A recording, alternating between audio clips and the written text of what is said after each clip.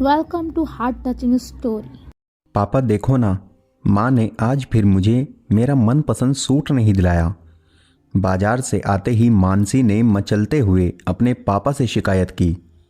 ओहो रमा, तुम भी ना दिला देती बच्ची को उसका मनपसंद सूट। गुप्ता जी ने अपनी पत्नी से कहा। रमा ने कहा, अच्छा जी, कैसे दिला देती? एक ही तो बेटी नहीं है आपकी।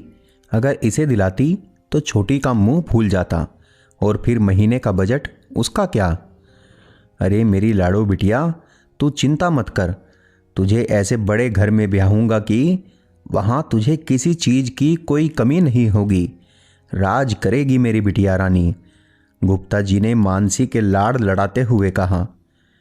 किसी बड़े घर में ब्याहने का सपना लेकर ही मानसी बड़ी हुई थी। सुंदर और सुघड़ तो वो थी ही, अच्छे अच्छे घर से उसके लिए रिश्ते आने लगे। एक दिन जब पास शहर के अच्छे बड़े घर से रिश्ता आया तो गुप्ता जी को लगा कि उनकी तलाश पूरी हो गई। लड़के वालों की बस यही डिमांड थी कि बारात की खातिरदारी अच्छे से होनी चाहिए। इतना अच्छा रिश्ता देखकर गुप्ता जी ने उनकी ये मांग सहर्ष स्वीकार कर ली। अपनी हैसियत से बढ़कर गुप्ता जी ने मानसी की शादी पर खर्च किया ताकि लड़के वालों को कोई कमी नजर ना आए। शादी बहुत धूमधाम से हुई।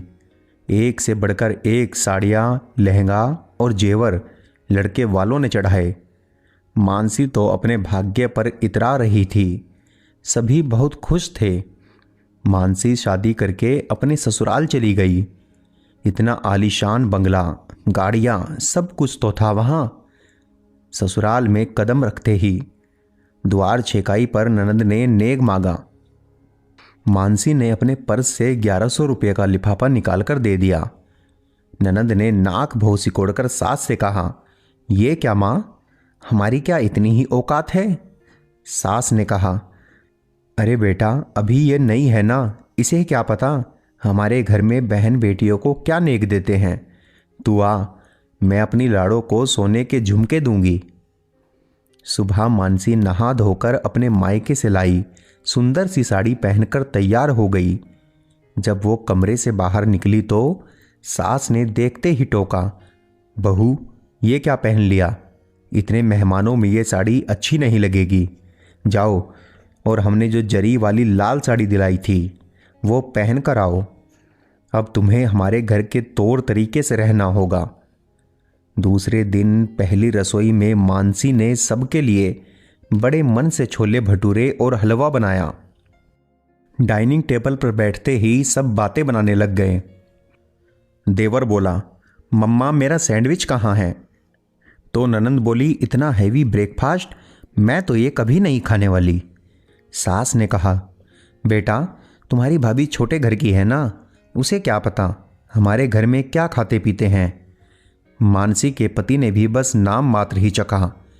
एक हफ्ते के बाद मानसी को पग फेरे के लिए बुलाना था।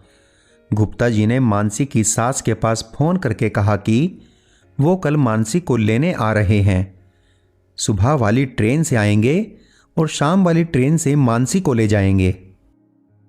ये सुनकर मानसी की सास ने गुप्ता जी से कह दिया कि समधी जी आप तकलीफ मत करना, हम मानसी को गाड़ी से भिजवा देंगे। बात करने के बाद मानसी की सास ने मानसी से कहा, सुनो बहू, इस बार तो हम तुम्हें गाड़ी से भिजवा देंगे, लेकिन अपने पापा से कह देना कि अगर तुम्हें ले जाना हो तो गाड़ी लेकर आ जाएं। हमारे घर की बहू इस तरह ट्रेन में नहीं जाएगी। मानसी बेचारी चुपचाप उनकी बातें सुनती रही। अगले दिन मानसी गहनों से लदी हुई अपने मायके पहुंच गई। मानसी के पापा तो बहुत खुश थे कि उनकी बेटी को इतना अच्छा ससुराल मिला है। उन गहनों की चमक में मानसी की आंखों का सूनापन शायद किसी को नजर नहीं आ रहा था। छोटी बहन ने भी उसे छेड़ते हुए कहा, वाह दीदी, आपके तो मजे हैं, इतना ठाट बाट। गुप्ता जी ने कहा, अरे तू क्यों चिंता करती है, तेरे लिए भी ऐसा ही ससुराल ढूंढूंगा। मानसी फीकी सी हंसी हंसकर रह गई। अगले दिन दामाद बाबू मानसी को लेने आ गए। खूब खातिरदारी की उनकी। जाते समय गुप्ता जी ने दामाद से कहा, दामाद बाबू अगर कोई अच्छा रिश्ता हो तो हमारी छोटी बिटिया के लिए भी बताना। ये सुनकर मानसी ने अपने आंसू छिपाते हुए कहा, पापा, अगर हो सके तो अपनी दूसरी बेटी को बड़े घर में नहीं, बराबरी के घर में ब्याहना, जिससे उसे और उसके परिवार को भी बराबरी का सम्मान मिल सके। मानसी तो अपने ससुराल लौट गई, लेकिन उसकी इस बात ने गुप्ता जी को सोचने पर मजबूर कर दिया कि कहीं उन्होंने बड़े घर में बेटी ब्याहकर कोई गलती तो नहीं कर दी। अगर आपको हमारी कहानी पसंद आ रही है तो कहानी को लाइक व शेयर करें और हमें कमेंट करके बताएं कि आपको कहानी कैसी लगी, और हमारे YouTube चैनल को सब्सक्राइब करना बिल्कुल भी न भूलें।